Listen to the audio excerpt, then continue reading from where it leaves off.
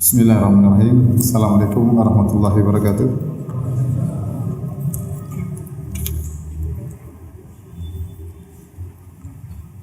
Innal hamdalillah nahmaduhu wa nasta'inuhu wa nastahdihi wa natubu ilaihi wa na'udzu billahi min shururi anfusina wa min sayyiati a'malina.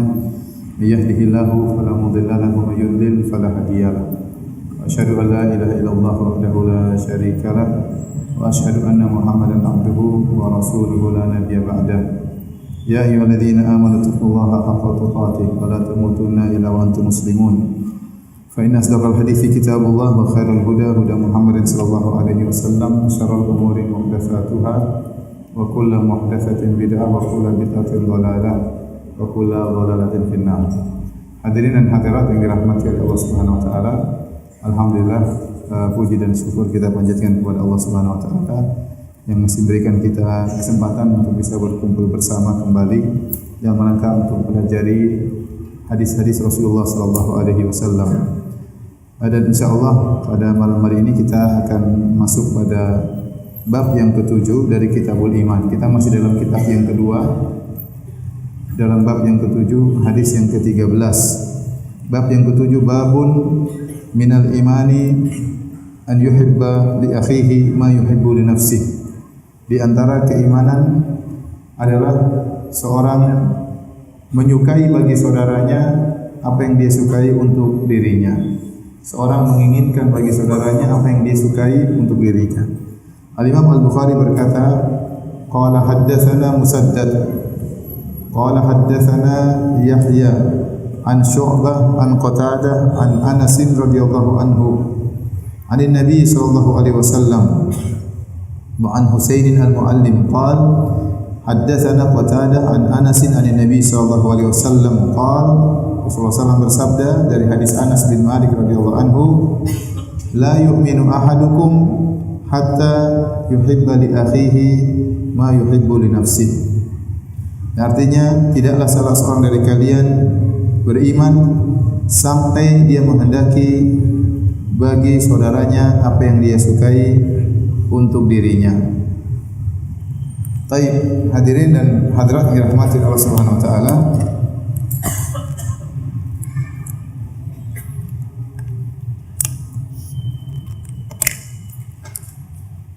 Rasulullah sallallahu alaihi wasallam bersabda,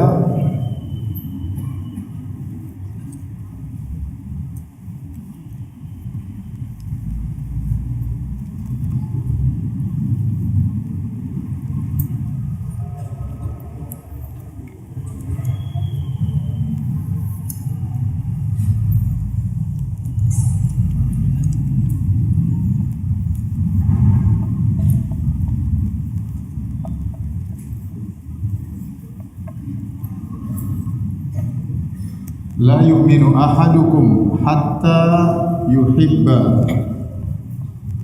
li akhihi ma yuhibbu li nafsihi. Perhatikan di sini Rasulullah SAW mengatakan la yu'min. Ada nafiyah, yaitu lam nafiyah.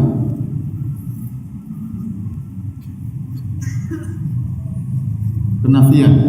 Dan para ulama menjelaskan di antaranya Ibnu Rajab Al-Hambali dalam kitabnya Fathul Bari. Jadi saya ingatkan ada buku Syarah Sahih Bukhari yang bisa menyaingi Fathul Barinya Ibnu Hajar. Bahkan dalam sebagian pembahasan lebih bagus Fathul Barinya Ibnu Rajab. Jadi Syarah Sahih Bukhari ada dua yang namanya Fathul Bari. Satu karangan Ibnu Hajar, yang satu karangan Ibnu Rajab. Ibnu Hajar bermadzhab Syafi'i, Ibnu Rajab bermadzhab Hambali. Dan ini syarah yang luar biasa yang bisa menyaingi Fathul Bari, bahkan terkadang dalam sebagian pembahasan lebih baik daripada Ibnu Hajar. Ya. La nafiyah. Dan Ibnu Rajab dalam kitabnya Fathul Bari menjelaskan, tidaklah dinafikan iman kecuali karena meninggalkan perkara yang wajib. Tidak ada penafian dalam syariat kecuali karena meninggalkan perkara yang wajib. Kalau ada perkara yang sunnah ditinggalkan, maka tidak dinafikan sesuatu tersebut. Contoh, Rasulullah SAW bersabda misalnya, ya, la imana liman la amanata lahu. Tidak ada iman bagi orang yang tidak punya amanah. Berarti amanah ini hukumnya apa? Hukumnya apa? Wajib. Kalau ada orang meninggalkan amanah, kita bisa bilang tidak ada iman bagimu. Berarti imannya tidak sempurna dan dia meninggalkan sesuatu yang wajib. Meninggalkan amanah hukumnya dosa. Kenapa Rasulullah SAW menafikan iman dari orang yang tidak punya amanah? Paham? Semua penafian dalam syariat disebabkan karena ada suatu kewajiban yang ditinggalkan. Contohnya lagi seperti kata Nabi SAW, la salata bi hadrati ta'am wala wa huwa yudafi'uhu al-akhbathan. Kata Nabi SAW, tidak ada salat kalau ada makanan sudah hadir. Makanan sudah hadir, Anda sudah lapar, maka Anda harus makan dulu. Kalau Anda nekat salat sementara dalam kondisi lapar, makanan sudah hadir, berarti Anda berdosa. Paham? Paham atau tidak? Karena Nabi mengatakan tidak ada salat. Kalau ada salat kita tinggalkan perkara sunnah, misalnya seorang meninggalkan sebagian perkara sunnah dalam salat, maka tidak mungkin dinafikan tidak ada salat. Nabi atau syariat hanya boleh menafikan hakikat sesuatu kecuali kalau dalam sesuatu tersebut ada kewajiban yang ditinggalkan. Seandainya ada orang salat kemudian dia tidak kunut subuh, tidak boleh dikatakan kau belum salat. Kenapa? Yang ditinggalkan hanya perkara apa? Sunnah. Paham? Tapi kalau dia meninggalkan perkara yang wajib, baru kita bilang tidak ada salat. Kenapa? Kau salatnya masih enggak beres, ada kewajiban yang kau tinggalkan. Sama, tidak ada salat tatkala makanan sudah hadir. Makanan sudah hadir dalam kondisi lapar, maka harus makan dulu meskipun ketinggalan salat berjamaah. Tapi jangan ngepas-ngepas ya. Masak istriku, kamu masak jam 11:30 ya. Pas ketika masak saya sedang lapar-laparnya pas azan. Jadi sengaja, ini enggak boleh kalau begitu. Ini kebetulan saja. Kemudian wala wa huwa yudafi'ul akhbathan, dan tidak boleh juga dia salat dalam kondisi dia menahan buang angin atau buang air, lagi kebelet. Kemudian dia salat. Kalau dia sampai kebelet luar biasa sampai terganggu, maka harus dia batalkan salat. Ya, kalau enggak dia akan gemetar dalam salatnya. Dan salat itu ya tujuannya adalah untuk mengingat Allah Subhanahu wa taala. Nah, kalau orang sibuk menahan-nahan kentutnya misalnya, menahan buang airnya, ya akhirnya dia tidak konsentrasi. Kalau gitu apa faedah salat tersebut? Dia tidak ingat Allah Subhanahu wa taala. Paham? Contoh, ada seorang yang Rasulullah SAW dikenal dengan hadis al-musi atau al-mu'i salatahu misalnya. Orang yang apa namanya salah dalam salatnya. Jadi ada orang datang masuk salat, masuk ke masjid, kemudian dia salat cepat, tidak tumakninah. Maka setelah itu dia beri salam kepada Nabi Assalamualaikum. Kata Rasulullah SAW, irji fa sholli fa innaka lam tusalli. Kata Nabi, irji fa sholli fa innaka lam tusalli. Balik kembali salat lagi karena kau belum salat. Sini dalam penafian lam tusalli. Kenapa Nabi memvonis dia belum salat atau tidak dianggap salat? Karena ada perkara-perkara wajib yang dia tinggalkan. Kalau seandainya dia hanya meninggalkan perkara sunnah, maka tidak akan dinafikan. Paham? Jadi Nabi hanya menafikan. Kenapa? Waktu dia salat cepat sekali. Cepat. Maka dia tidak tumakninah, dan tumakninah hukumnya wajib. Maka dia mengatakan kembalilah sungguhnya kau belum salat.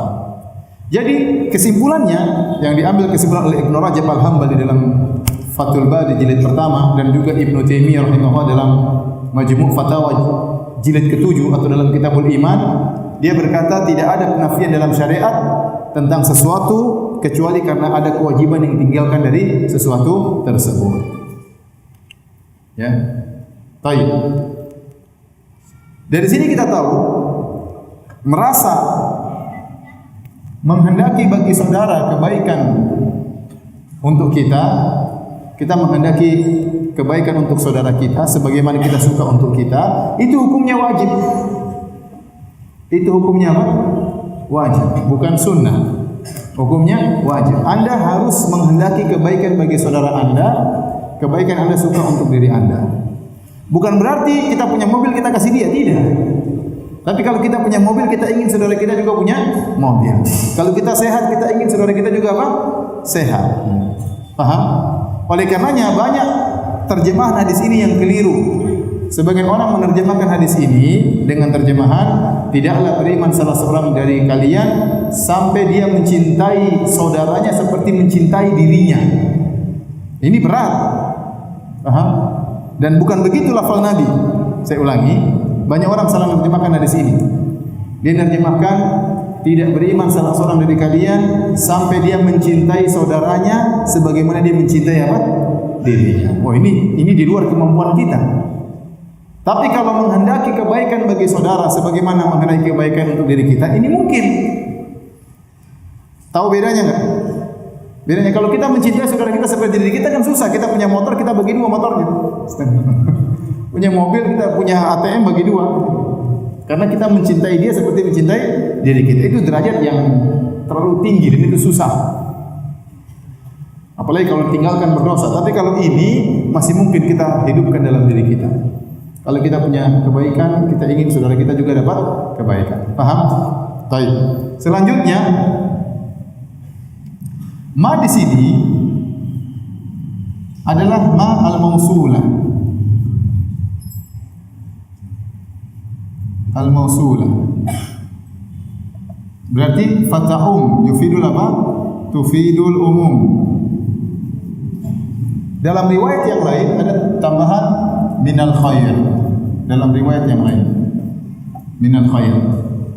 Tidaklah salah seorang dari kalian beriman sampai dia menghendaki bagi saudaranya apa yang disukai untuk dirinya berupa kebaikan. Dan kebaikan di sini sama, di sini umum, mencakup seluruh kebaikan, baik kebaikan duniawi maupun kebaikan ukhrawi. Ya, mencakup segala kebaikan. Sebagaimana Anda suka bisa belajar agama, Anda ingin juga orang belajar agama. Sebagaimana Anda suka Anda dapat hidayah, Anda juga sedih kalau saudara Anda dapat tertimpa atau mengalami atau terjerumus dalam kesesatan misalnya. Ya, Anda sedih tatkala melihat saudara Anda terjerumus dalam bid'ah karena Anda suka Anda berada di atas sunnah. Sebagaimana saudara-saudara Anda juga ingin agar mereka mengenal apa? Mengenal sunnah. Ya. Perkara dunia maupun perkara akhirat, mencakup segala perkara. Ya. Oleh karenanya sungguh parah orang yang bahagia dengan kesedihan orang lain.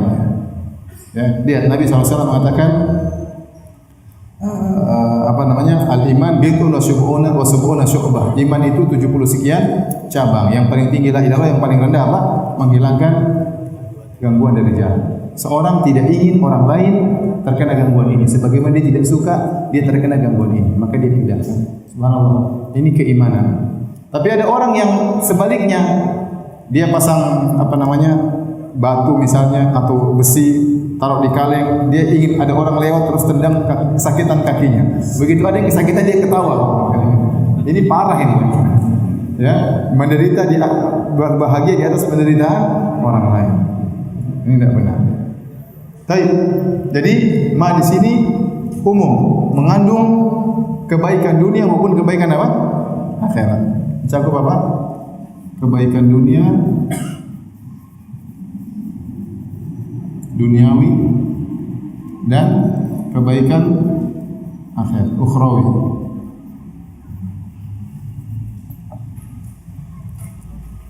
Dari sini kita tahu ya bahwasanya hadis ini benar-benar menafikan yang namanya hasad, dengki terhadap sama kaum muslimin.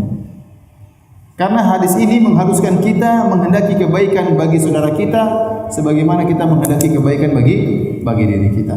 Paham? Kalau orang kemudian hasad, dengki berarti imannya enggak beres. Berarti imannya enggak beres.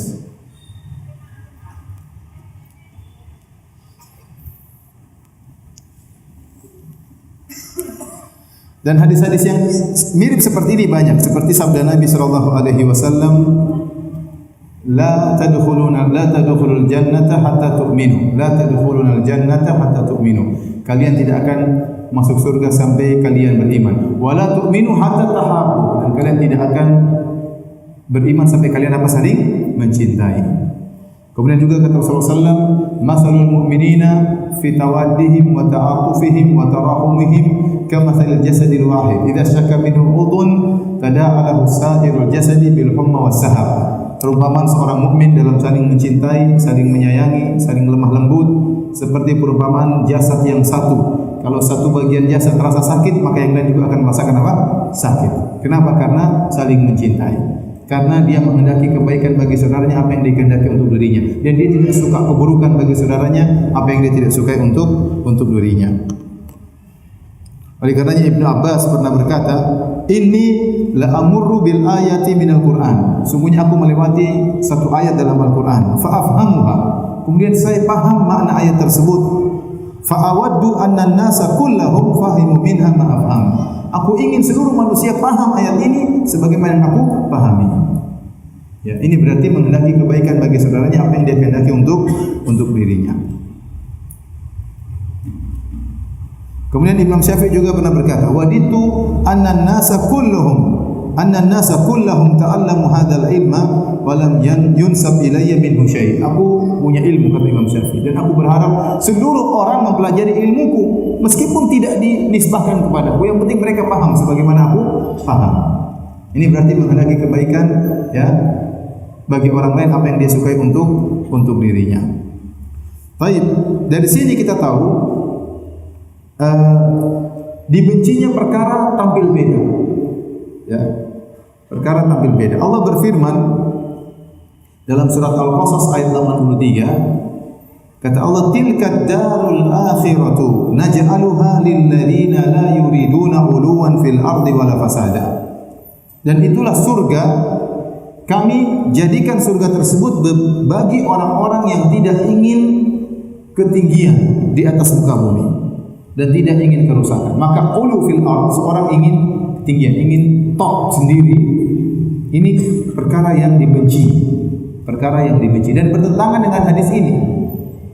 Bertentangan dengan hadis ini. Ada seorang ingin saya yang paling alim daripada yang lainnya, bertentangan dengan hadis ini. Tidak boleh.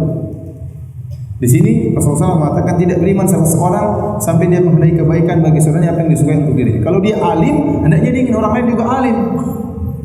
Kalau dia bisa berdakwah, dia hendaknya ingin orang lain juga bisa berdakwah seperti dia. Kalau dia boleh jadi panitia pengajian, dia ingin banyak panitia pengajian yang lainnya. Ya. Jangan dia ingin tampil beda, ingin muncul sendiri, yang lain tidak boleh muncul. Itu bertentangan dengan ayat ini, bertentangan dengan ayat ini karena Allah mengatakan tilka darul akhirah naj'aluha lil ladzina la yuriduna 'uluwan fil ardh. Inilah surga kami jadikan khusus buat orang-orang yang tidak suka ketinggian di atas muka bumi, tidak ingin tampil beda, top sendiri. Allah tidak suka. Tapi seorang berusaha yang lain juga seperti dia berusaha seperti itu. Oleh karenanya dalam hadis Rasulullah SAW ya menjelaskan ya, man ta'allama al-ilma liyubahi bihi al-ulama wa yumari bihi sufaha wa yasrifa ilaihi wujuhan nas falyatabawa maka ahdahu minan nar. Kata Nabi sallallahu alaihi wasallam, barang siapa menuntut ilmu supaya bisa menyaingi para ulama ya, supaya bisa mendebat orang-orang yang bodoh, supaya bisa orang-orang semuanya memperhatikan dia, maka siapkan tempat duduknya di neraka jahanam. Maka seorang jangan punya perasaan saya ingin paling top, saya harus nomor satu. Enggak, jangan. Kalau anda pintar, ingin semua orang juga pintar seperti anda. Kalau anda boleh berdakwah, ingin orang lain juga bisa berdakwah seperti anda. Kalau anda kaya, ingin semua orang kaya juga. Ya, jangan anda ingin yang paling top nomor satu karena bertentangan dengan hadis ini. Barang siapa yang tidak menghendaki kebaikan bagi saudaranya, kebaikan yang dia inginkan untuk dirinya, berarti dalam dirinya ada hasad, ada dengki, ingin tampil beda, ingin muncul, berarti dia berdosa. Berarti dia berdosa karena perasaan menghendaki kebaikan bagi saudara seperti menghendaki kebaikan bagi diri sendiri, hukumnya apa? Wajib. Sudah saya jelaskan tadi. Hukumnya apa? Wajib. Bukan sunnah, tapi hukumnya wajib. Adapun seorang ternyata diberi keistimewaan oleh Allah Subhanahu wa taala, ternyata dia tampil beda dibandingkan dengan yang lainnya, ya. Maka dia bersyukur kepada Allah, tapi dia ingin orang juga seperti dia. Tapi ternyata Allah beri khusus seperti dia. Hanya khusus untuk dia. Contoh Nabi Muhammad SAW bersabda, "Ana sayyidu waladi Adam yaumal qiyamati wa la fakhar." Sungguhnya aku adalah pemimpin seluruh anak-anak Adam pada hari kiamat. dan aku tidak sombong. Rasulullah SAW spesial, tidak ada yang sama dengan dia. Tapi Rasulullah SAW menyebutkan hal ini karena itu keistimewaan beliau dan bukan dalam rangka untuk apa? Sombong. Wa ana awwalu syafi'in, dan aku adalah nabi pertama yang akan memberi syafaat. Wala fakhar, dan aku tidak sombong, kata Nabi sallallahu alaihi wasallam.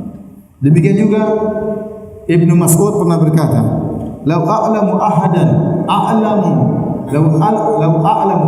a'lama bi kitabillahi minni tablughul matiyah la dhahabtu ilaihi atau la ataituhu."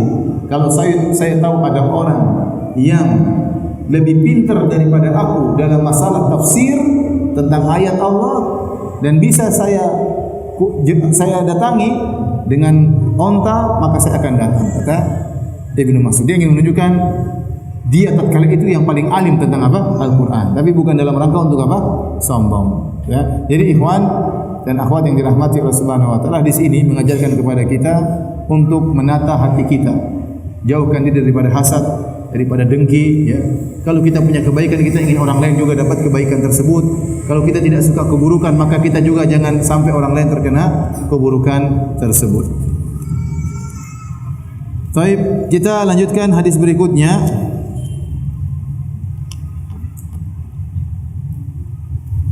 Hadis yang ke-14. Bab yang ke-8.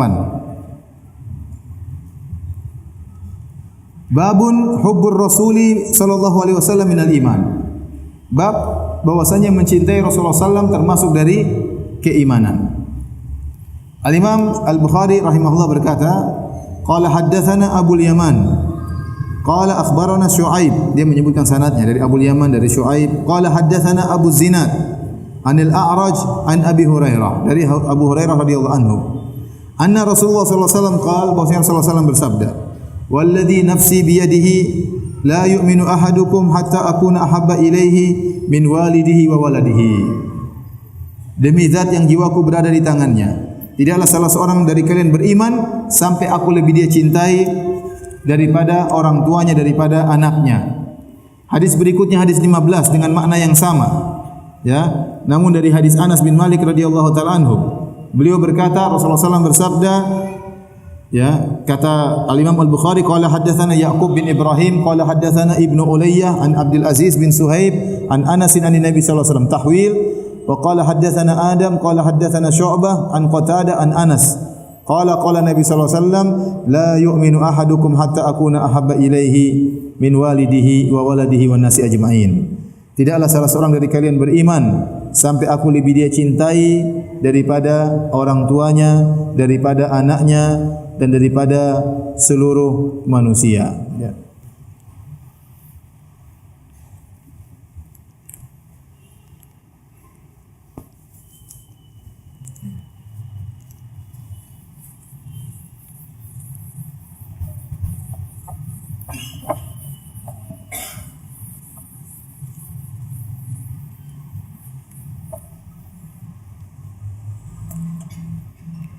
Kata Rasulullah SAW, la yu'minu ahadukum hatta akuna ahabba ilaihi min walidihi wa waladihi, dalam riwayat wan nasi ajma'in.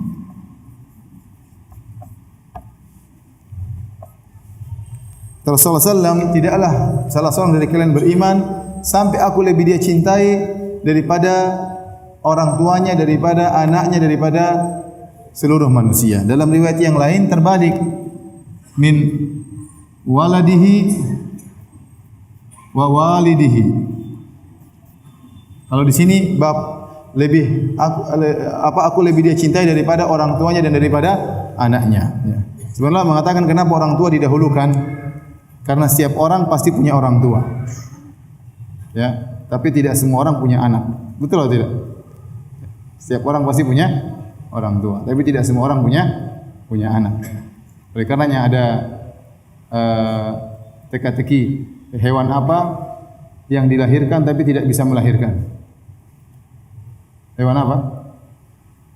Ada yang tahu? Ada yang tahu hewan apa yang bisa yang dilahirkan tapi tidak melahirkan? Ya. Ayam betina mati muda belum kawin. Apa hewan apa yang bisa ya dilahirkan tapi tidak bisa melahirkan? Hewan apa? Semua hewan, bukan cuma mati muda, semuanya. Mau mati, mau tua, berhubungan, enggak berhubungan, tidak bisa punya. Hewan apakah itu? Hewan begol. Hewan apa? Begol. Tahu begol? Begol itu persilangan antara kuda dengan apa? Dengan keledai. Ya. Dia sendiri tidak bisa punya anak, tapi dia dilahirkan dari persilangan antara kuda dengan apa? Keledai. Jadi setiap orang pasti punya orang tua. Tidak mungkin dia lahir tanpa orang tua, tapi belum tentu seorang punya anak. Maka didahulukan orang tua terlebih dahulu. Ada yang mengatakan orang tua didahulukan terlebih dahulu karena dia lebih dahulu ada daripada anak. Sebagian riwayat anak dulu. Sampai aku lebih dia cintai daripada anaknya dan orang tuanya. Kenapa? Karena anak seorang terkadang lebih ya cinta kepada anaknya daripada orang tuanya sendiri. Ini kenyataan. Seorang sudah menikah, sudah punya anak, terkadang dia lebih cinta kepada anaknya, dia lupa orang tuanya. Padahal dia punya kewajiban untuk berbakti kepada orang tua. Ya. Nah, orang tua di sini mencakup waliduhu. Ini mencakup apa? Mencakup ayah dan ibu. Mencakup apa? Ayah dan ibu. Waladuhu juga demikian, mencakup anak laki-laki dan anak apa? Perempuan. Semua anak-anak. Ya. Mencakup umum. Waladuhu artinya anak-anak laki-laki, anak perempuan. Oleh karenanya datang dalam riwayat Anas bin Malik. Kalau yang pertama ini hadis Abu Hurairah, yang ini hadis Anas bin Malik. Kata Nabi sallallahu alaihi wasallam, "Wan nasi ajmain." Bahkan dia lebih cintai diriku daripada seluruh manusia, termasuk dirinya sendiri. Dalam satu hadis diriwayatkan oleh Imam Bukhari, kata Umar berkata kepada Nabi, "Ya Rasulullah, la anta ahabbu ilayya min kulli syai'in illa min nafsi." Kata Umar, "Wahai Rasulullah, engkau lebih aku cintai daripada segala sesuatu kecuali daripada diriku." Dan ini suatu yang tabii. Seorang lebih cinta kepada dirinya daripada orang lain. Kata Umar, semua engkau lebih saya cintai daripada segala sesuatu kecuali diriku. Saya lebih cinta diri saya daripada engkau, wahai Rasulullah. Ini perkara yang wajar. Maka Rasulullah SAW mengatakan, "La Umar, belum Umar, kau belum beriman. Hatta akuna ahabba ilaika min nafsik." Imanmu baru sempurna kalau kau lebih mencintai aku daripada dirimu sendiri, wahai Umar. Maka Umar berkata, "Al-an ya Rasulullah, sekarang la anta ahabba ilayya min nafsi." Sekarang kau lebih aku cintai daripada diriku sendiri. Baik. Kenapa Nabi SAW harus kita lebih cintai daripada seluruh manusia? Ini pertanyaan yang harus kita pikirkan. Kenapa sampai diwajibkan? Ya. Bahkan mencintai Nabi SAW wajib, ya. Orang yang mendahulukan cintanya kepada perkara dunia daripada Nabi SAW, maka dia berdosa. Dalam surat At-Taubah Allah berfirman, "Qul in kana aba'ukum wa abna'ukum wa ikhwanukum wa azwajukum wa ashiratukum wa amwalun iktaraftumuha wa tijaratun takhshawna kasadaha wa masakin tardawnaha ahabba ilaykum minallahi wa rasulihi wa jihadin fi sabilihi fatarabbasu hatta ya'ti Allahu bi amri." Kata Allah, katakanlah, kalau ternyata ya orang tua kalian dan anak-anak kalian atau istri-istri kalian atau saudara-saudara kalian atau rumah-rumah kalian atau perdagangan kalian atau kabilah kalian lebih kalian cintai daripada Allah dan Rasulnya, daripada jihad di jalan Allah, kata Allah, fatarabbasu, maka tunggulah, yaitu hukuman dari Allah Subhanahu wa taala. Ini peringatan bagi kita, ya. Tidak boleh seorang mendahulukan kecintaan terhadap orang tua, terhadap anak, terhadap istri, terhadap keluarga, terhadap rumah, terhadap perdagangan, terhadap harta lebih daripada cinta kepada Nabi sallallahu alaihi wasallam. Barang siapa yang mengedepankan kecintaan dunia, ya, termasuk di antara kecintaan terhadap kerabatnya daripada kecintaan kepada Nabi, maka dia diancam dengan hukuman dari Allah Subhanahu wa taala, dengan azab dari Allah Subhanahu wa taala. Pertanyaannya, kenapa kita harus lebih mencintai Nabi daripada yang lainnya? Jawabannya, kita mencintai seorang karena dia punya jasa kepada kita. Kenapa kita cinta kepada orang tua kita? Karena kita tahu orang tua kita berjasa, terutama ibu yang mengandung, ya, Kenapa sampai ibu disebut 3 kali oleh kata para ulama? Waktu Rasulullah SAW tanya, ada sahabat bertanya kepada Nabi, Rasulullah, man haqqun nasi bi sahabati? Ya Rasulullah, siapa orang yang paling utama untuk saya berbuat baik kepadanya? Kata Rasulullah SAW, ummuka, ibumu. Dia bertanya, kenapa ya Rasulullah? Kemudian siapa? Kata Rasulullah SAW, ummuka. 2 kali, ibumu. Thumma man ya Rasulullah? Kemudian siapa? Kata Rasulullah SAW, ummuka, ibumu. Kemudian siapa ya Rasulullah? Keempat baru kata Rasulullah SAW, abuka, baru ayahmu. Ingat ya, ini ibu 3, ini ibu yang 1, bukan 3 ibu ya. Jangan sampai ada orang bertanya, Ustaz, ini dalil boleh kita punya istri 3? Karena Rasulullah SAW mengatakan ibumu, ibumu, ibumu. Berarti anak saya harus punya istri ibu 3, Ustaz. Enggak. Ini ibu yang 1 cuma diulang-ulang 3 kali. Karena saya punya teman saya ketemu teman di salah sebuah kota dan dia selalu ngajak anaknya bahasa Arab. Waktu di depan saya dia tanya sama anaknya, ngomong Arab, coba ngomong Arab, kata dia kepada anaknya. Kam ummuk, berapa ibumu? Katanya. Pertanyaan pertama, berapa ibumu? Kata anaknya 1. Jadi kenapa ibu sampai diulang 3 kali? Sebab Allah mengatakan diulang 3 kali karena ibu mengalami penderitaan 3 penderitaan. Pertama, tatkala hamil dia menderita. Kemudian tatkala melahirkan juga dia mengalami apa? Penderitaan. Kemudian tatkala menyusui dia juga mengalami apa? Penderitaan. Karena 3 penderitaan ini maka diulang sampai 3 kali. Ini pendapat sebagian ulama. Makanya kita lebih cinta kepada ibu daripada ayah. Ini secara umum seperti itu. Kenapa? Karena jasa ibu lebih besar daripada ayah kepada kita. Ya. Baru kemudian ayah. Semakin besar jasa seorang kepada kita, kita semakin mencintainya. Makanya kata Rasulullah SAW bersabda, tahadu tahabu. Hendaknya kalian saling memberi hadiah, maka kalian akan saling mencintai. Ada orang punya jasa sama kita, otomatis kita cinta sama dia. Itu sudah otomatis, manusiawi. Kalau Anda punya teman 2 orang, yang satu sama-sama baik, tapi yang satunya suka neraktir gratis, Anda lebih cinta kepada yang mana? Yang traktir itu jelas, Anda manusia. Ya, Anda bisa membedakan mana yang tukang traktir, mana yang pelit. Anda bisa bedakan. Maka Anda pun lebih sayang kepada yang sering traktir. Ya. Karena dia punya jasa kepada kita. Itu manusia. Makanya kata seorang penyair, ya, ahsin ilan nasi tasta'bid qulubahum, fatalama sta'badal insana al-ihsanu. Berbuat baiklah kepada orang lain, maka kau akan menghambakan hatinya, kau akan menarik hatinya. Betapa kuat perbuatan baik akan menarik hati seseorang. Nah, semakin besar jasa seseorang kepada kita, kita semakin cinta kepada dia. Nah, ternyata jasa yang paling besar jasanya Nabi SAW. Dengan dakwahnya Nabi SAW, maka seorang akan mengenal indahnya Islam, merasakan kebahagiaan dengan mengenal sunnah. Kita hidup tenteram, kita hidup terarah, ya. Hidup kayaknya ada arti, ada tujuan. Kita rasakan kebahagiaan. Waktu kita masih di zaman jahiliyah, masih bermaksiat jauh dari jalan Nabi SAW, kita merasakan kesengsaraan. Sekarang dengan mengenal ajaran Nabi, kita merasa bahagia, merasa tenteram. Itu jasa yang luar biasa. Belum lagi di akhirat. Barang siapa mengikuti jalan Nabi SAW, maka dia akan mendapatkan kebahagiaan yang sempurna, yang abadi, dan dia akan terselamatkan dari adab yang terpedih, yang abadi, dengan mengikuti jalan Nabi SAW. Sementara Rasulullah SAW luar biasa perjuangannya, ya. Diusir oleh kaumnya. Demi siapa? Demi kita. Rasulullah SAW, ya, sampai dihina oleh kaumnya, dituduh dengan tuduhan yang macam-macam. Dikatakan orang gila, dikatakan pendusta, dikatakan, ya, orang keluar dari tradisi nenek moyangnya, dikatakan penyihir, dikatakan tukang sihir. Ya. Kita saja meskipun diusir-usir oleh sebagian orang, masih belum pernah dikatakan penyihir, belum pernah. Alhamdulillah. Ya. Belum pernah kita dikatakan dukun. Nabi pernah dikatakan dukun. Nabi pernah dikatakan pendusta. Ya, Nabi dikatakan orang gila. Nabi dikatakan sinting. Kita enggak pernah, alhamdulillah, ya. Meskipun mungkin dikatakan pendusta, mungkin dikatakan sesat, tapi belum sampai pada seperti yang dialami oleh Nabi SAW. Apalagi diusir oleh kaumnya. Padahal betapa banyak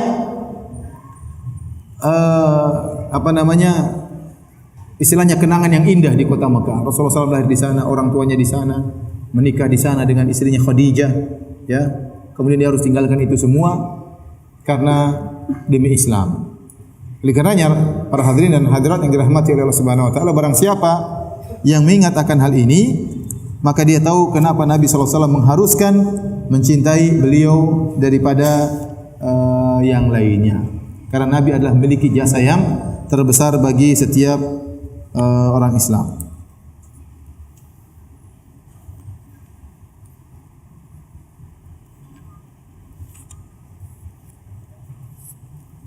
Baik, hadirin yang dirahmati Allah Subhanahu wa taala, yang dimaksud dengan mencintai Nabi, ya, adalah cinta yang kita usahakan.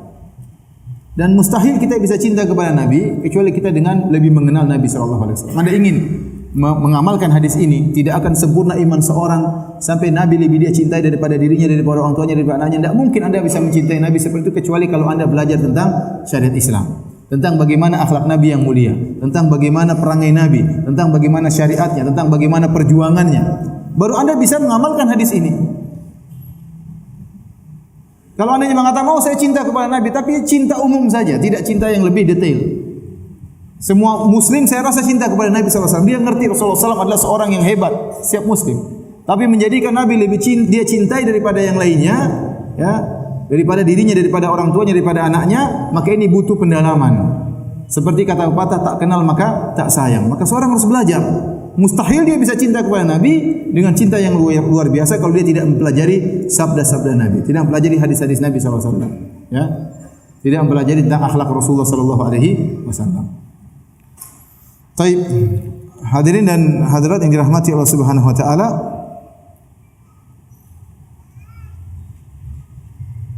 kita lanjutkan bab ke-9. Bab ke-9 babun halawatul iman. Bab tentang manisnya iman. Manisnya iman. Hadis yang ke-16 kata Imam Al-Bukhari qala haddatsana Muhammad ibn al-Musanna. Berkata Muhammad ibn al-Musanna qala haddatsana Abdul Wahhab Ats-Tsaqafi. Telah menyampaikan kepada kami Abdul Wahhab Ats-Tsaqafi. Qala haddatsana Ayyub. Ya. Telah menyampaikan kepada kami Ayyub an Abi Qilabah, dari Abu Qilabah an Anas bin Malik radhiyallahu taala anhu.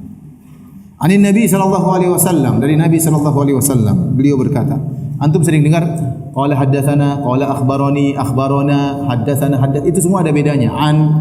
Nanti insyaallah pada pertemuan berikutnya saya akan jelaskan tentang bedanya apa haddatsani, haddatsana, akhbarani, akhbarana, itu ada bedanya semuanya. Ya, tidak sama. Makanya para ulama dulu detail kenapa disebut haddatsana, kapan dikatakan haddatsana, kapan dikatakan haddatsani. Menyampaikan kepada kami, menyampaikan kepada aku. Akhbarana, mengabarkan kepada kami, mengabarkan kepadaku. Dari, ini semuanya ada perbedaannya. InsyaAllah ada kesempatan pekan depan saya akan jelaskan. Taib, dari Anas bin Malik, dari Nabi SAW beliau berkata, Salasun man kunna fihi wajada halawatal iman. 3 perkara yang jika 3 perkara tersebut berada pada diri seseorang, maka orang tersebut akan merasakan manisnya iman. Apa 3 perkara tersebut? Yang pertama, an yakuna Allah wa rasuluhu ahabba ilaihi mimma siwahuma. Dia harus mencintai Allah dan Rasulnya lebih daripada yang selainnya. Kemudian yang kedua, an yuhibbal mar'a la yuhibbuhu illa lillah.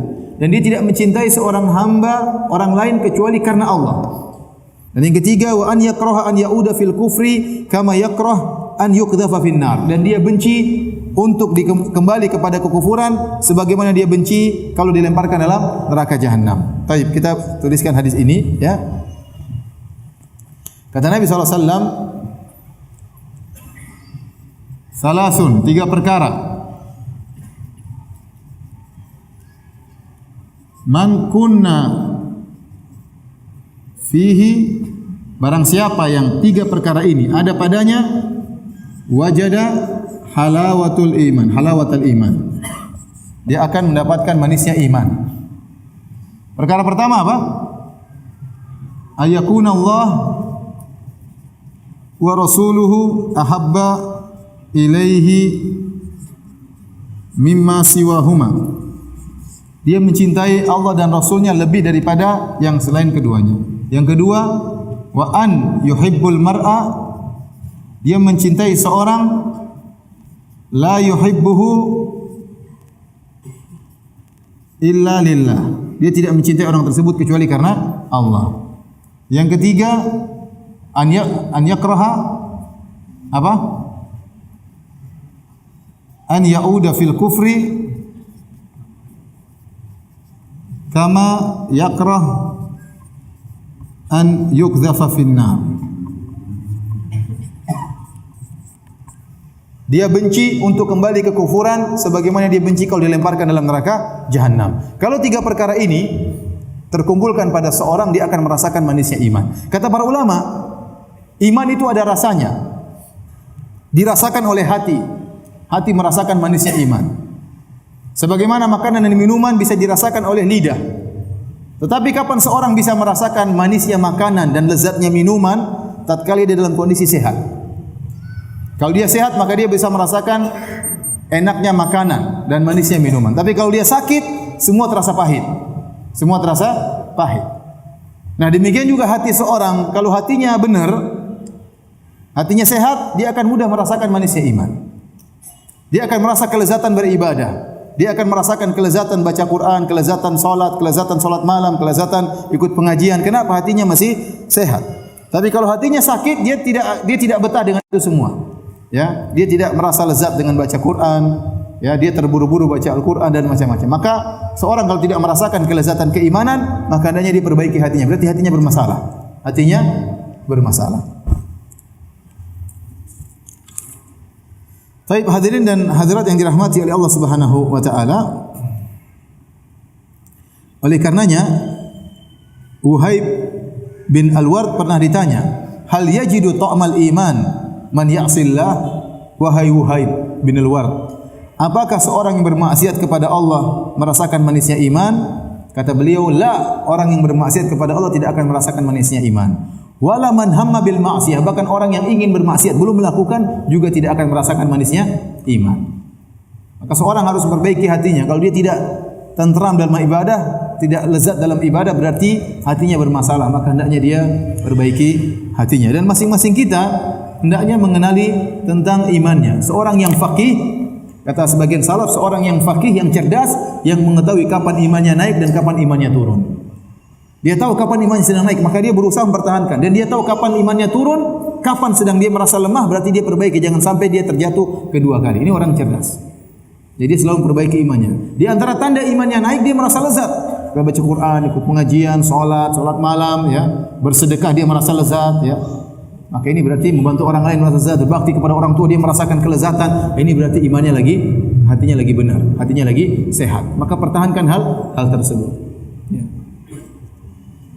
Baik, yang pertama,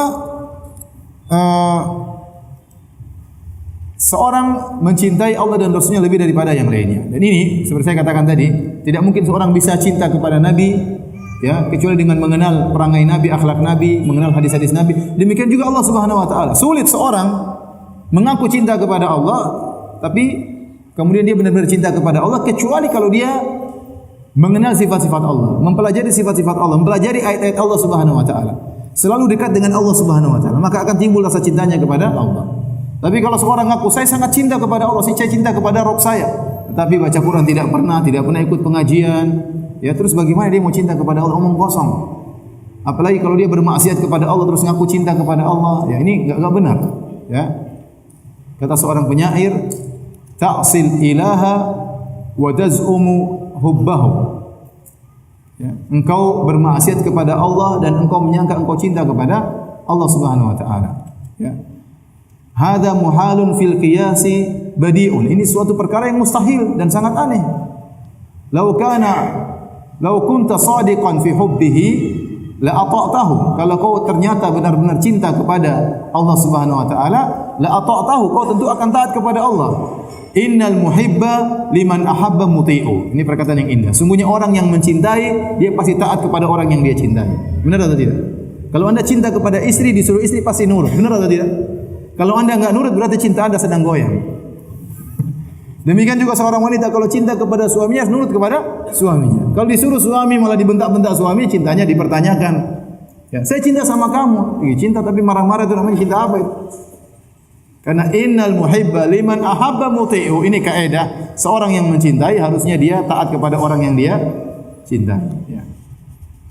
Dan cinta kepada Allah Subhanahu wa taala ada dua derajat kata para ulama. Derajat pertama yang wajib. Cinta yang menjadikan Anda meninggalkan perkara yang haram dan melakukan perkara yang wajib. Dan cinta yang kedua yang mustahab. Itu lebih daripada itu, bukan hanya sekedar meninggalkan yang haram dan menjalankan yang wajib, tapi Anda selalu mendekatkan diri kepada Allah.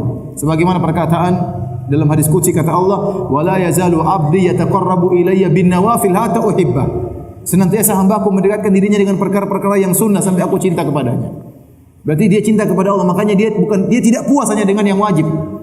Tapi dia berusaha menjalankan yang lain. Dia ingin baca Quran, dia ingin sholat sunnah, dia tidak hanya cukup bayar zakat, tapi dia juga sedekah. Ini menunjukkan dia cinta kepada Allah. Buktinya dia melakukan yang sunnah-sunnah juga. Ini tingkatan yang mustahab. Tapi kalau tingkatan yang dasar, yaitu dia cinta yang buat dia menjalankan yang kewajiban dan meninggalkan yang haram. Kita azan dulu salat, insyaallah kita lanjutkan lagi biidznillah taala. Bismillahirrahmanirrahim. Assalamualaikum warahmatullahi wabarakatuh. Alhamdulillah, salatu wassalamu ala Rasulillah wa ala alihi wa ashabihi wa wala. Hadirin dan hadirat, ikhwan dan akhwat yang dirahmati oleh Allah Subhanahu wa taala. Kita masih tersisa satu hadis, insyaallah kita akan selesaikan ya pada malam hari ini ya. Tadi telah kita sebutkan bahwasanya ada 3 perkara yang seorang tidak akan merasakan manisnya keimanan kecuali terkumpul padanya 3 perkara ini. Yang pertama, Allah dan Rasulnya lebih dia cintai daripada yang selainnya ya. Baik hadirin dan hadirat yang dirahmati Allah Subhanahu wa taala. Di sini Rasulullah SAW menggandengkan antara cinta kepada Allah dengan cinta kepada Rasulullah ya. Kenapa? Karena cinta kepada Allah dan cinta kepada Rasulullah SAW adalah 2 perkara yang saling melazimi. Tidak mungkin orang cinta kepada Allah tapi tidak cinta kepada Rasulullah. Tidak mungkin orang cinta kepada Rasulullah tidak cinta kepada Allah. Makanya waktu orang-orang Yahudi berkata, mereka mengaku cinta kepada Allah. Ya. Allah dustakan cinta mereka. Wa qalatil yahudu wan nasara nahnu abna'ullahi wa ahibba'uh. Berkata orang Yahudi Nasrani, kami adalah anak-anak Allah, kekasih-kekasih Allah. Allah bantah, "Qul falima yu'adzibukum bidzunubikum bal antum basyarun mimman khalaq." Kalau kalian dicintai oleh Allah, kenapa sebagian kalian diadab oleh Allah? Bukan karena moyang kalian ada yang diadab, ada yang dijadikan monyet, dijadikan babi. Ya, itu dicintai oleh Allah kok diadab? Enggak mungkin. Bal antum basyarun mimman khalaq. Kalian adalah manusia biasa sebagaimana yang lainnya, kata Allah Subhanahu wa taala. Ya, bisa dicintai, bisa juga tidak dicintai. Demikian juga tatkala ada sebagian orang ngaku cinta kepada Allah, maka Allah turunkan suatu ayat dalam surat Ali Imran yang dikenal dengan ayatul imtihan, ayat ujian. Yaitu qul in kuntum tuhibbunallah. Katakanlah jika kalian cinta kepada Allah, fattabi'uni, ya. Kata Allah Subhanahu wa taala, qul in kuntum tuhibbunallah fattabi'uni yuhibbukumullah.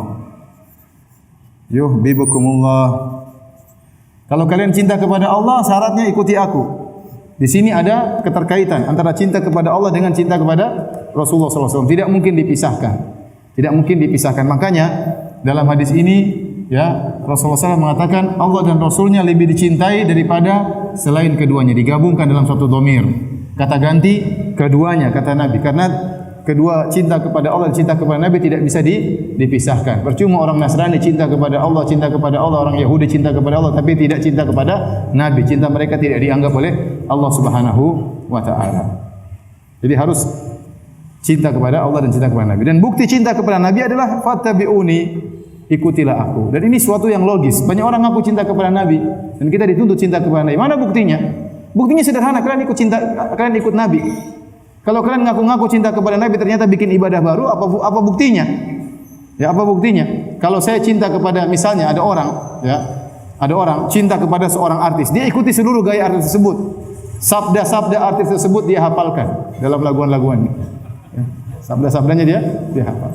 Gayanya dia hafal, model rambutnya dia hafal, tatonya di sini dia ikut tatonya, ya. Berarti cinta kepada Nabi, hadis-hadis tidak dihafalkan. Yang dihafalkan hadis-hadis dhaif dan palsu. Terus cinta kepada Nabi gimana? Ya. Laula ana ma khalaqtul aflaq. Dalam hadis katanya Allah berkata, kalau bukan engkau wahai Muhammad aku tidak akan ciptakan alam semesta. Hadis palsu. Terus dihafalkan. Hadis yang sahih tidak dihafalkan. Kemudian juga ternyata tidak mengikuti tata cara Nabi SAW, tapi bikin tata cara sendiri. Kata seorang salaf, "Lau stata'ta an tahukka ra'saka illa bisunnah faf'al." Kalau kau mampu tidak menggaruk kepalamu kecuali ada dalilnya, pakai. Ada enggak garuk kepala ada dalilnya? Cari dalilnya, artinya berusaha engkau bertindak pakai apa? Pakai dalil. Adapun seorang aku cinta kepada Nabi tapi tidak mutaba'ah malah bikin acara sendiri, ya, menyaingi acara Nabi sallallahu alaihi wasallam, menganggap petunjuk Nabi kurang sempurna, dia bikin sendiri, ya. Ini berarti dia tidak cinta kepada Nabi. Ini dalil yang sangat logis. Makanya fattabi'uni, ikuti aku. Ikuti aku. Taib. Yang pertama kita selesai. Kita bicara yang kedua. Wa an yuhibbal mar'a la yuhibbuhu illa lillah. Itu yang disebut dengan al-mahabbatu fillah, al-hubbu fillah. Kata Rasulullah SAW, awthaqu ural iman, tali yang Islam yang paling kuat, al-hubbu fillah wal bughdu fillah. Cinta karena Allah dan benci karena Allah. Oleh karena cinta karena Allah ini amalan luar biasa, jangan dianggap sepele. Akan datang hadis-hadis menjelaskan pada hari kiamat kelak ada 7 orang dinaungi oleh Allah, di antaranya rajulani tahabba fillah, 2 orang saling mencintai karena Allah Subhanahu wa taala. Dan yang dimaksud dengan cinta karena Allah, ya, cinta karena Allah artinya dia tidak mencintai orang tersebut karena dunianya sama sekali. Dia tidak mencintai orang tersebut tapi karena ketaatannya. Ada orang mencintai orang lain, kenapa? Karena satu suku, karena satu saudara, seayah dan seibu, kandung, dia cinta. Wajar, itu cinta yang dibolehkan, cinta yang dianjurkan, tapi itu bukan cinta karena Allah. Ada orang cinta kepada sama orang lain, kenapa? Karena hobinya sama-sama suka main bola, sama-sama suka ini, sama-sama saya cinta sama dia. Kenapa? Hobinya sama. Ya. Kenapa saya cinta sama dia? Karena saya sering ketemu di restoran sama dia, hobi makannya sama misalnya. Jadi itu semua saya cinta sama dia. Kenapa? Karena bisnis. Itu bukan cinta karena Allah. Cinta karena Allah yaitu adalah cinta karena Allah memang, bukan karena perkara dunia. Tapi Anda melihat dia taat kepada Allah, Anda melihat dia takut kepada maksiat, Anda cinta kepada dia. Berarti Anda cinta dia karena Allah. Seperti perkataan seorang penyair, apa? Kata seorang penyair yang dikenal dengan Majnun Laila, ya, kata dia, amurru ala diyari Laila, uqabbilu dzal jidari wa dzal jidar, wa ma hubbu diyari syaghafna qalbi walakin hubbu man sakana diyar. Kata dia, aku melewati suatu kampung, kampungnya si Laila. Aku pun mulai mencium tembok-tembok yang ada di kampung Laila. Saya cium tembok-tembok tersebut bukan karena cinta kepada tembok, tapi cinta yang di balik tembok. Paham? Maksud hati mencium Laila, apa daya bibir tak sampai kena tembok maksudnya. Itu namanya dia mencium tembok bukan karena temboknya, tapi karena si Laila. Itu namanya cinta karena, paham? Saya dekat dengan dia, saya berbicara dengan dia, saya duduk bermajelis sama dia. Kenapa? Karena saya cinta dia karena Allah, bukan karena perkara dunia sama sekali. Ini luar biasa pahalanya. Makanya di akhirat kelak Allah mengatakan, ya, Allah mencari-cari orang yang seperti ini. Ainal mutahabbuna bi jalali, al yauma udhilluhu, ya, fi yaumi la dhilla illa dhilli. Mana orang-orang yang saling mencintai karena aku, kata Allah Subhanahu wa taala. Allah ingin pamerkan mereka. Allah ingin, ya, mensohorkan mereka. Ya, oleh karenanya seorang berusaha mencintai karena Allah Subhanahu wa taala. Dan ada adab-adabnya, insyaallah lain kali kita akan bahas jika pada waktunya. Tetapi di antara bukti seorang cinta kepada Allah, ya, saya bacakan perkataan Al-Hafidz Ibnu Hajar. Dia berkata, qala Yahya bin Mu'ad, ya, berkata Yahya bin Mu'ad, haqiqatul hubbi fillah an la yazida bil birri wa la yanqusa bil jafa. Seorang cinta kepada orang karena Allah tidak bertambah dengan kebaikan orang tersebut dan tidak berkurang karena orang tersebut kurang baik. Tapi dia benar-benar karena orang itu taat kepada Allah. Ya. Ini susah memang, tapi seorang berusaha mengikhlaskan niatnya. Dia mencintai seorang karena Allah Subhanahu wa taala. Di antara buktinya juga kata para ulama, kalau ada masalah dengan orang tersebut, kita tidak langsung benci kepada dia. Kalau kita langsung benci kepada dia, putuskan hubungan, berarti selama ini hubungan kita perkara duniawi, bukan perkara karena Allah Subhanahu wa taala. Namanya manusia tempatnya salah dan benar, ya. Ini ibadah sangat mulia, tapi tidak semua orang bisa menjalankannya. Tidak semua orang bisa menjalankannya. Tapi yang ketiga, wa an yakraha an yauda fil kufri kama yakrah an yuqdhafa fin nar. Seorang benci untuk kembali ke kufuran sebagaimana benci untuk dilemparkan dalam neraka Jahannam. Yaitu seorang tidak suka untuk bermaksiat. Makanya Allah mengatakan wa karaha ilaihimul kufra wal fusuqa wal isyan, ya. Wa karaha ilaikumul kufra wal fusuqa wal isyan. Allah Subhanahu wa taala menjadikan mereka benci terhadap kekufuran, benci terhadap kefasikan, dan benci kepada kemaksiatan. Dan kata Ibnu Rajab, saya bacakan perkataannya dalam Fathul Bari versi Ibnu Rajab Al-Hambali. Kata beliau, ketahuilah wa'lam annal qadral wajib min karahatil kufri wal fusuq wal isyan huwa an yanfura min dzalika wa yataba'ada anhu juhdahu. Yang dimaksud dengan kadar minimal yang wajib benci terhadap kekufuran, yaitu seorang benci terhadap kufuran, kefasikan dan kemaksiatan, yaitu seorang menjauh dari kekufuran, kefasikan dan kemaksiatan dan berusaha menjauhkan diri semaksimal mungkin. Wa ya'zim an la yulabisa syai'an minhu juhdahu, dan dia berusaha untuk tidak melakukan kekufuran dan kefasikan dan kemaksiatan sebisa mungkin. Li ilmihi bi sakhatillahi lahu wa ghadabihi ala ahlihi, karena dia tahu Allah murka kepada orang yang melakukan maksiat. Karena dia tahu Allah benci, ya, Allah marah kepada orang yang melakukan maksiat. Titik, kata dia, ini kadar yang wajib. Kemudian kata beliau, fa amma mailut taba ila ma yamilu min dzalika khususan liman i'tadahu thumma taba minhu. Adapun kecenderungan hati suka dengan maksiat, ya, terutama orang yang dahulunya pernah melakukan maksiat kemudian sadar, kemudian taubat, masih ada sisa-sisanya. Sebagian orang, ya, dulu pemain musik yang handal dan dia bertahun-tahun main musik, kemudian dia bertobat kepada Allah, ya dia masih suka musik, ya, itu tidak? Dia masih suka musik, ya. Terutama lagu-lagu lama. itu suatu yang tabiat, ya. Menjadikan kita benci itu agak susah, ya. Ya. Saya benci tapi kepalanya goyang, ya, sama aja percuma.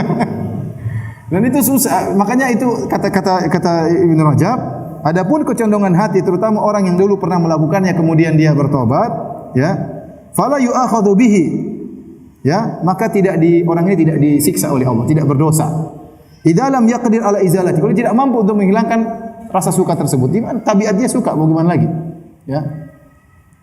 Walihada madahallahu man nahan nafsa anil hawa.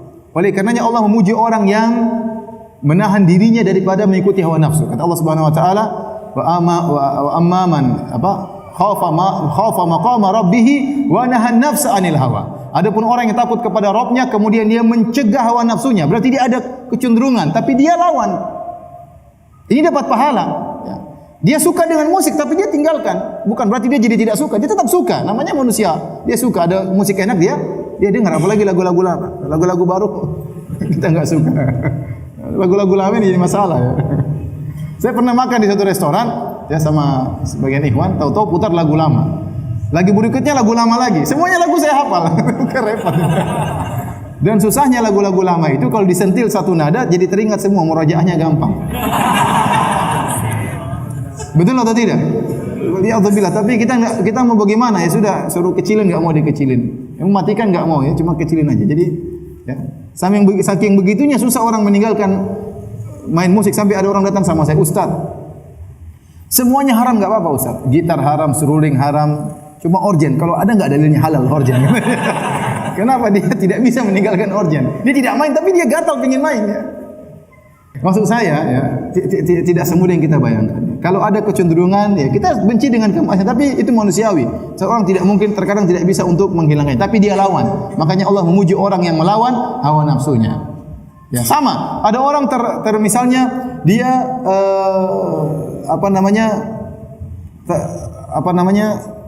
kecanduan misalnya nonton film porno. Dia tidak bisa lepaskan, tapi dia harus lawan.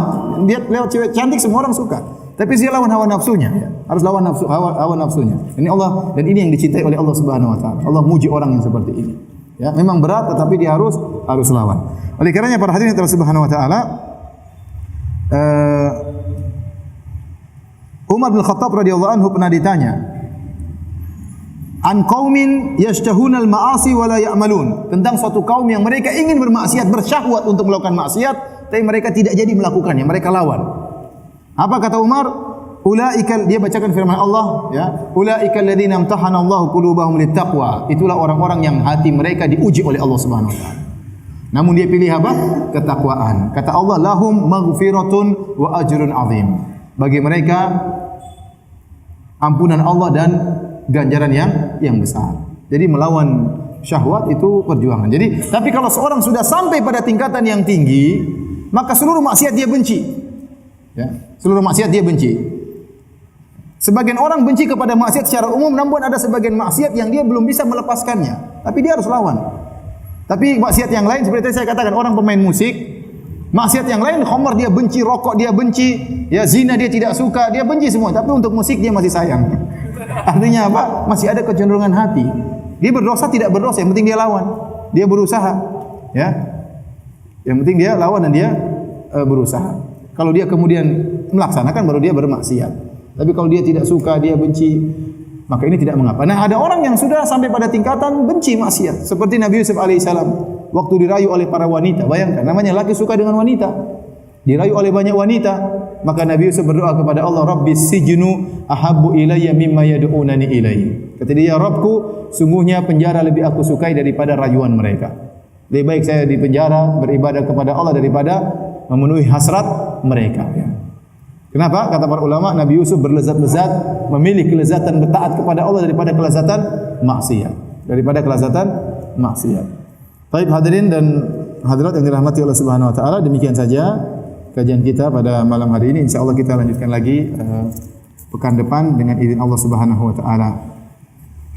Ustaz, ana mencintai fulan karena dia taat tapi saya tidak bersahabat akrab dengan dia. Apakah saya termasuk orang yang mencintai karena Allah? Insyaallah Anda mencintai seorang karena Allah, karena tidak disyaratkan ada timbal balik. Karena persahabatan itu tidak semudah yang kita bayangkan. Harus ada kecocokan dan yang lainnya. Ya, bisa jadi seorang mencintai orang lain karena Allah murni, ya meskipun orang tersebut mungkin tidak kenal dia. Oleh karena disunahkan kita mencintai para anbiya, kita mencintai para rasul, mencintai Nabi Ibrahim, Nabi Muhammad SAW, Nabi Nuh, Nabi Yunus, kita mencintai para ulama, mencintai orang-orang salihin, ya, karena mereka taat kepada Allah Subhanahu wa taala. Saya termasuk orang yang tidak suka melihat orang lain mendapat nikmat yang baik, yang lebih nikmat dari nikmat yang saya dapat. Saya sudah mencoba untuk menolak sifat ini, tapi terkadang masih sering muncul. Bagaimana cara mengatasinya, Ustaz? Cara mengatasinya, taulah ini namanya hasad. Namanya hasad. Dan dalam hadis yang dhaif tapi maknanya benar, kata Nabi SAW, innal hasad ya'kulul hasanat kama ta'kulul an-nar al-hataba. Sungguhnya hasad itu memakan kebaikan-kebaikan, membakar kebaikan-kebaikan sebagaimana api membakar kayu. Api kalau sudah membakar kayu, cepat sekali kayu tersebut terbakar. Dan hasad pun demikian. Orang kalau sudah hasad, dia tersiksa. Yang pertama dia siksa dirinya sendiri. Ya, dia siksa dirinya. Kenapa? Dia tidak senang melihat orang lebih dapat nikmat daripada dia. Sehingga dia siksa dirinya dan dia tidak bisa merubah kondisi. Itu semua sudah ditakdirkan oleh Allah Subhanahu wa taala. Dia ingin orang itu miskin, orang itu tetap aja kaya, ya.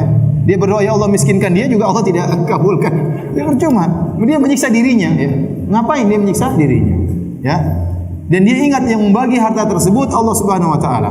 Nahnu qasamna bainahum ma'isyatahum fil hayatid dunya. Kata Allah, kami yang membagi-bagikan kepada mereka kehidupan mereka di dunia. Kalau Anda tahu yang membagi Allah, ngapain Anda protes?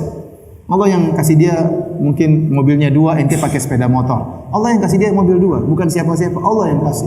Apakah Anda protes kepada Allah Subhanahu wa taala? Jadi orang yang hasad itu menyiksa dirinya. Ya, dan saya katakan sebagaimana kata Ibnu Taimiyah rahimahullah, ya la yakhlu jasadun min hasad, walakinnal laim yubdi wal karim yukhfi. Tidak ada satu jasad pun, tidak ada satu tubuh pun yang selamat dari jasad. Setiap kita yang selamat dari hasad. Setiap kita pernah tertimpa apa? Hasad. Tanpa terkecuali. Ya. Tetapi orang yang buruk menampakkan hasadnya dan orang yang baik melawan hasadnya, menyembunyikan hasad tersebut. Kalau datang hasad kita lawan. Caranya bagaimana? Kita puji orang tersebut. Kalau perlu kita kenalan sama orang tersebut. Ya. Kenalan, senyum sama dia. Ini menghilangkan hasad. Katanya, gimana kabar Anda? Hasad tidak ya? Assalamualaikum. Kalau perlu Anda bawa hadiah, Masya Allah, gimana kabarnya? Insya Allah hasad hilang. Allah tahu Anda berusaha. Puji dia, ya. Kemudian kunjungi dia, senyum sama dia, kenalan sama dia. Itu menghilangkan apa? Hasad. Kata orang, tak kenal maka tak sayang. Kalau Anda kenal, Anda akan sayang. Jadi tidak jadi hasad. Tidak jadi hasad. Tapi kalau Anda ya semakin memendam hasad, kemudian semakin berkobar hasad tersebut, Anda hanya menyiksa diri Anda dan Anda tidak akan bisa merubah kondisi orang tersebut. Kalau orang Allah ingin dia kaya, tetap dia kaya. Kalau Allah ingin dia terkenal, tetap dia terkenal. Kalau Allah ingin dia pintar, tetap dia pintar. Meskipun Anda doa jungkir balik supaya dia bodoh, dia tidak akan bodoh kalau Allah menghendaki dia kaya. Maka buat apa menyiksa diri?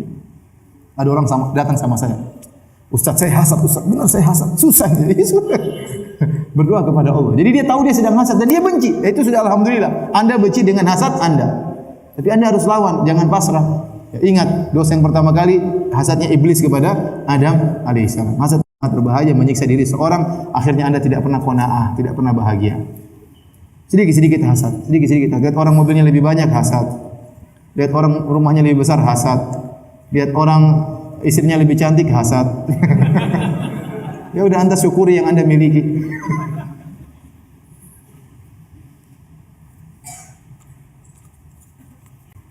Ustaz, jika kita sudah merasa iman kita sedang turun dan hati kita sedang sakit, hal apa yang bisa kita lakukan? Ya, yang kita lakukan banyak istighfar. Di jalan kita banyak istighfar. Biasanya hati itu sakit kenapa? Karena banyak maksiat. Entah dari penglihatan yang kita lihat, dari apa yang kita dengar, yang kita bicarakan, banyak istighfar. Banyak istighfar, baca Al-Quran, ikut pengajian, ya. Salat, berdoa kepada Allah. Ya, Allahumma ati nufusana taqwaha, Allah minasirul huda wa tuqa wal afafa wal ghina. Berdoa kepada Allah. Karena ketakwaan yang berikan oleh Allah Subhanahu wa taala. Ustaz, saya ingin bertanya, apakah orang yang sudah melakukan maksiat kepada Allah atau akan tetap mendapatkan manisnya iman? Iya, kalau dia bermaksiat, dia beristighfar kepada Allah, maka dia akan perbaiki lagi apa? Hatinya. Hati itu sakit kenapa? Karena maksiat. Ya. Kalau setiap ada orang bermaksiat, maka hatinya tercatat titik hitam. Semakin banyak, semakin hitam banyak. Jadi kalau dia beristighfar, maka lepaslah, bersihlah titik-titik hitam itu sedikit demi sedikit, dan hatinya akan sehat kembali. Ustaz, bolehkah meminta takaran dilebihkan saat membeli satu barang atau saat beli makanan minta ditambahkan? Apakah termasuk dalam Al-Quran surat Al-Mutaffifin?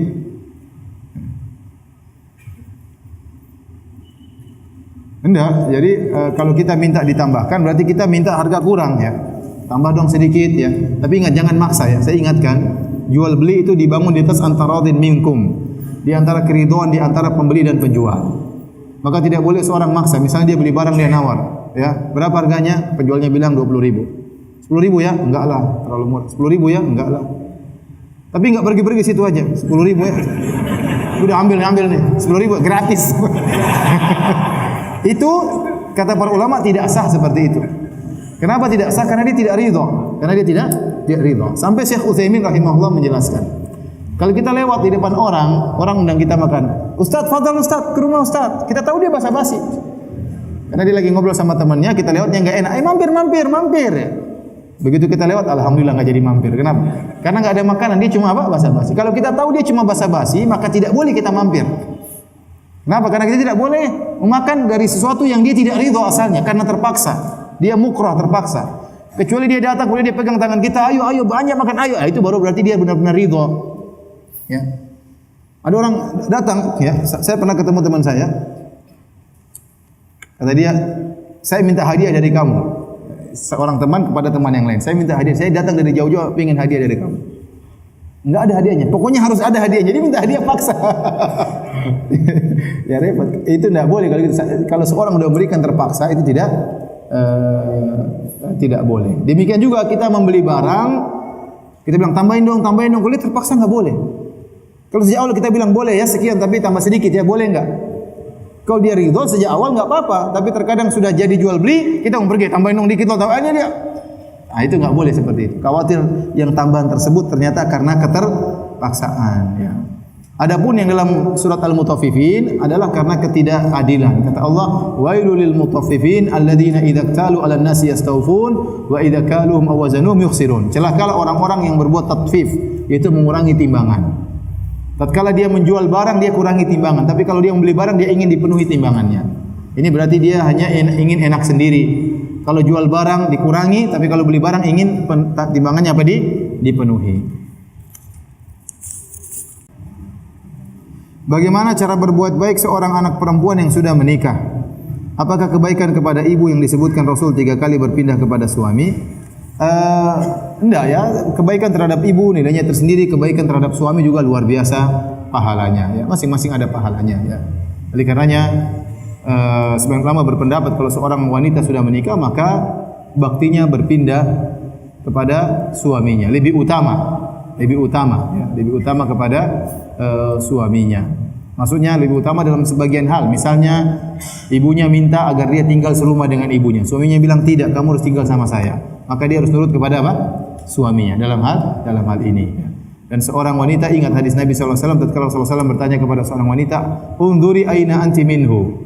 Lihatlah bagaimana posisimu di hati suamimu. Fa innahu jannatuki au naruki. Sungguhnya suami itu adalah surgamu atau nerakamu. Oleh karena seorang wanita berusaha mencari ridha suaminya.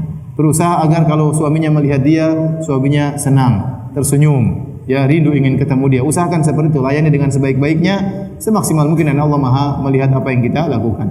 Demikianlah para hadirin dan hadirat, apa yang saya sampaikan pada malam hari ini. Insyaallah pekan depan kita lanjutkan lagi kalau tidak ada halangan ya. Subhanakallah bihamdik asyhadu an la ilaha illa anta astaghfiruka wa atubu ilaik. Assalamualaikum warahmatullahi wabarakatuh.